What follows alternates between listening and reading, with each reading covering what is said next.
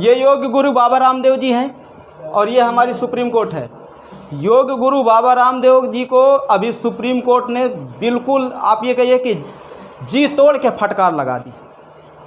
अब योग गुरु बाबा रामदेव से क्या गलती हुई जो सुप्रीम कोर्ट इनको फटकार लगाई है? और इनके साथ में लपेटे में भारत सरकार आ गई। भारत सरकार को भी सुप्रीम कोर्ट ने लथेर दिया। उसका रीज़न क्या था कि भारत सरकार योग गुरु बाबा रामदेव को सपोर्ट कर रही थी। अब दोनों को सुप्रीम कोर्ट बिंदास लथेड़ा। क्यों लथेड़ा अब जानते हैं। बाबा रामदेव जी की कंपनी एक है पतंजलि, 2006 में वो कंपनी बनाई गई थी। 2006 में वो कंपनी बनाई गई। आज 2024 में अगर उस कंपनी का अगर हम बात करें कि कितने करोड़ की कंपनी, तो लगभग 20 करोड़, हाँ 20,000 करोड़ की कंपनी बन गई है वो। तुम ये समझ लीजिए 20,000 करोड़ बहुत होता है। 2006 में खोली गई और अब तक में। वैसे इनकी जो मुख्य कंपनी है वो हरिद्वार में है और उसका जो मुख्यालय है वो नई दिल्ली में है। बाबा रामदेव जी क्या करते हैं, ये कंपनी पूरी तरह आयुर्वेद पर है। मतलब ये देसी चीज़ों पर ज़्यादा विश्वास करती है। देसी चीज़ों को खाने के लिए बहुत सारी चीज़ें, मतलब आप ये कहिए कि जो आयुर्वेदिक चीज़ें हैं उन पर ये ज़्यादा जोर दे रही है। अब बाबा रामदेव जी क्या करते थे कि ऐड करते थे, जैसे टीवी में आते हैं ना, जैसे मोबाइल में ऐड आते थे, तो उस ऐड को ये बताते थे कि आप हमारे ये चीज़ खाइए, आपको कोई बीमारी नहीं होगी।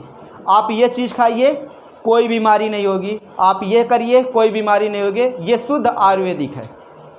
अब उसमें क्या होता था, जैसे मान लो हम इन पर विश्वास कर लिए, हम उसे खाने लगे, अब पता लगा हम मर गए। भाई कोई डॉक्टर थोड़ो हैं, हम इनका विश्वास कर रहे हैं कि निश्चित ही अच्छी चीज़ होगी। क्योंकि आज के समय डॉक्टर की फ़ीस कितनी है? अगर कोई डॉक्टर MBBS है कोई बड़े शहर में, तो उसकी फ़ीस कितनी, 500-1000 रुपये लेता है केवल देखने का।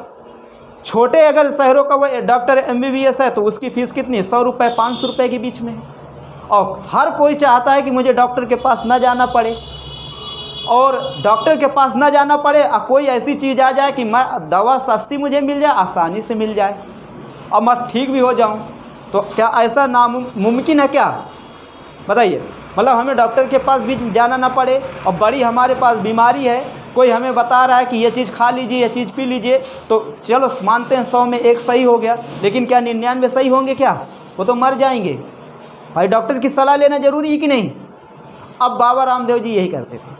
बाबा रामदेव जी क्या करते थे, ऐड दिखाते थे टीवी के माध्यम से, मोबाइलों में जो ऐड आते थे, यूट्यूब में जो ऐड आते थे, मतलब हर जगह, न्यूज़पेपर में ऐड, हर जगह इनके प्रोडक्ट का ऐड आता था।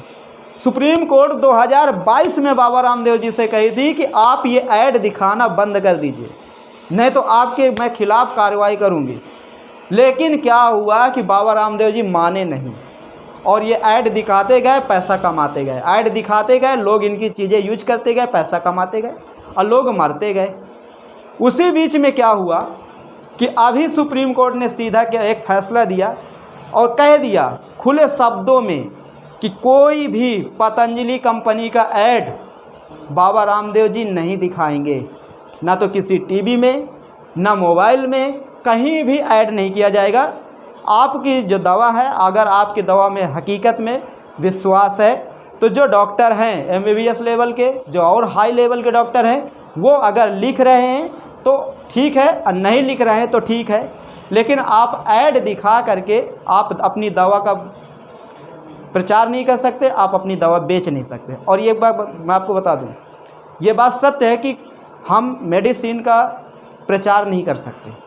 भाई हो सकता है कि कोई ऐसी मेडिसिन हो जो डॉक्टर बताए कब खाना है, कब पीना है, और उसको हम ऐड में दिखा के बता रहे हैं, शायद तुम्हारी दूसरी बीमारी हो तो, और तुम तो वो मेडिसिन खा रहे हो तो और बीमार पड़ गए, मर गए।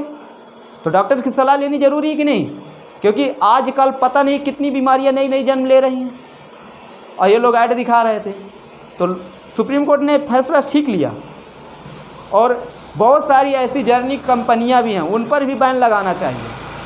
तुम ये समझ लीजिए कि जर्निक जो, देखिए एक पेटेंट दवा होती है और एक जर्निक दवा होती है। पेटेंट दवा तो चलो ठीक है कि मान लो 10 रुपये की दवा तो 2 रुपये कमा लिया, ठीक है, क्योंकि अगर नहीं कमाएगा तो कैसे वो बेचेगा।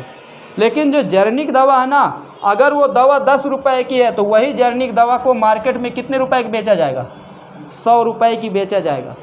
और अपने क्षेत्र में, मैं अपने क्षेत्र की बात नहीं कर रहा, पूरे देश की मैं बात कर रहा हूँ, पूरे देश में आप ये समझ लीजिए जितने भी गांव में या शहर में छोटे क्लिनिक खोले गए हैं, छोटे तख्ते के, ठीक है, जैसे मान लो कोई क्या कहते हैं उसे, डी फार्मा का लिया, कोई बी फार्मा का लिया, अगर वो लोग खोले हैं क्लिनिक गांव घर में, ठीक है, जिन्हें हम कहते हैं झोला छाप डॉक्टर, वो सब जेनेरिक दवा यूज करते हैं।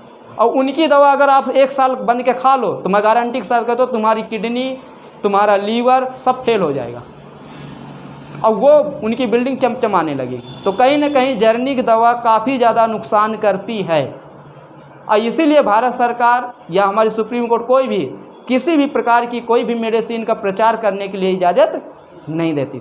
आप डॉक्टर से सलाह से दवा लो, सर्दी जुकाम बुखार है तो आप भले ही खा लो, नहीं तो मैं तो यही कहता हूँ आप बड़े हॉस्पिटल जाओ, वहाँ पर आप इलाज कराओ। बड़े हॉस्पिटल का मतलब डॉक्टर ठीक ठाक हो। अभी मेदांतम न चले जाओ सर्दी जुकाम बुखार के लिए, नहीं तो तुमका तो मारा ही जिंदा, ठीक है। हाँ।